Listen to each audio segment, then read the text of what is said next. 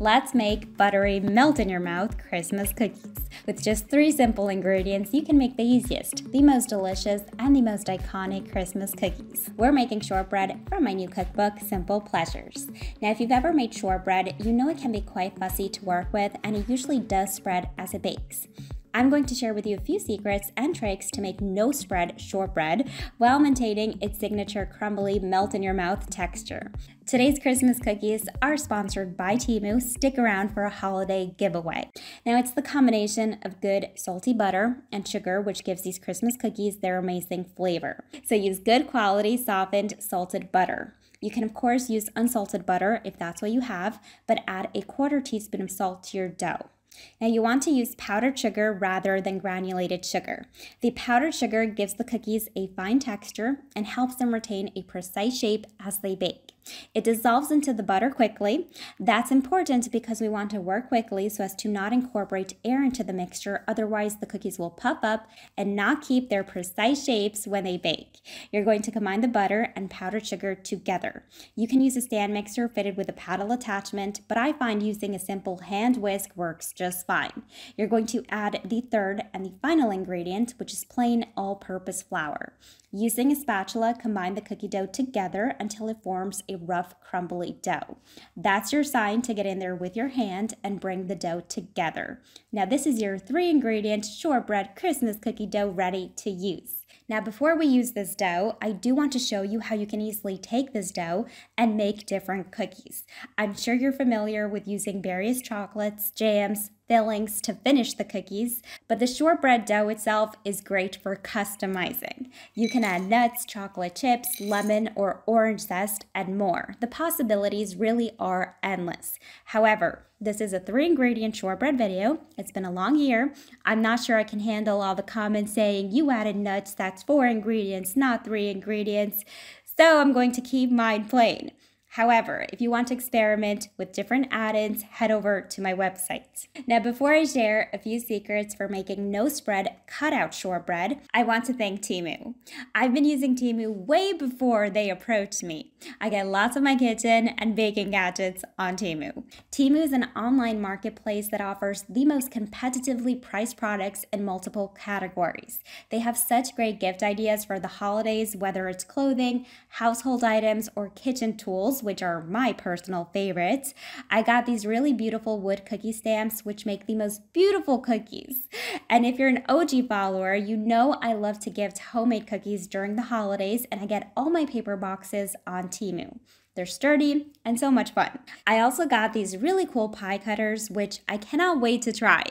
What I like about Temu is that they have tons of baking and kitchen tools that not only are unique, but affordable.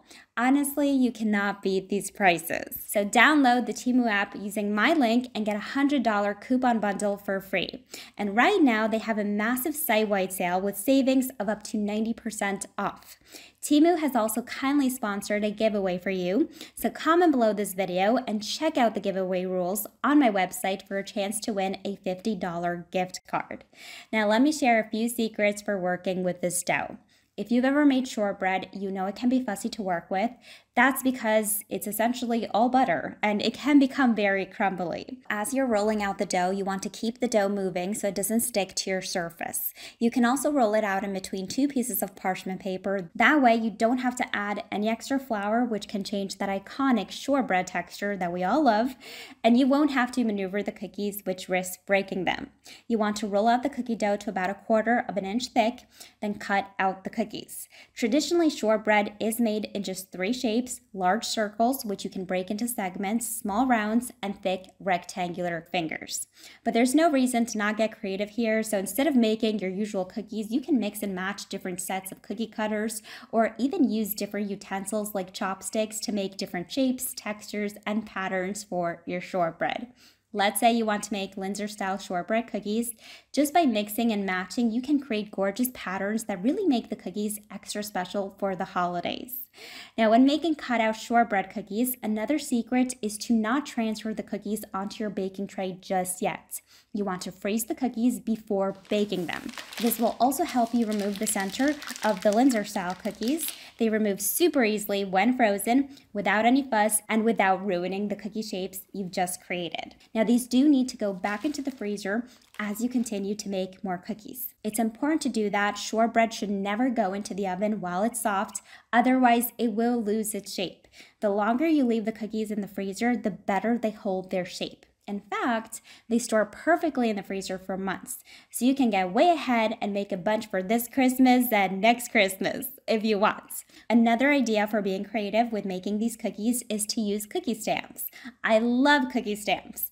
They're so much fun, and you don't have to roll out the dough. Just take a small piece of dough and press it into your stamp, then peel it off. Pop these into the freezer as well, and once they're frozen, you're going to transfer the frozen cookies onto your baking sheets lined with parchment paper, and you're going to bake the cookies at 350 degrees Fahrenheit for about 15 minutes or until they're lightly golden.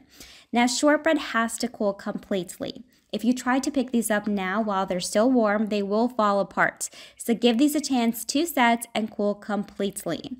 Now, shortbread is delicious as is. However, it's the holidays, so you can of course jazz these up by using jam, drizzle these with chocolate.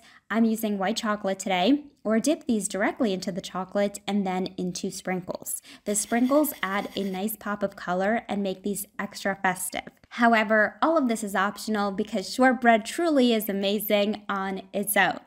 Put these in a box. I'm going to arrange mine in a tray, as if I do put these in a box now, I cannot take, a thumbnail picture. Gift these to your friends, bake these for your family or yourself. It's not Christmas without cookies.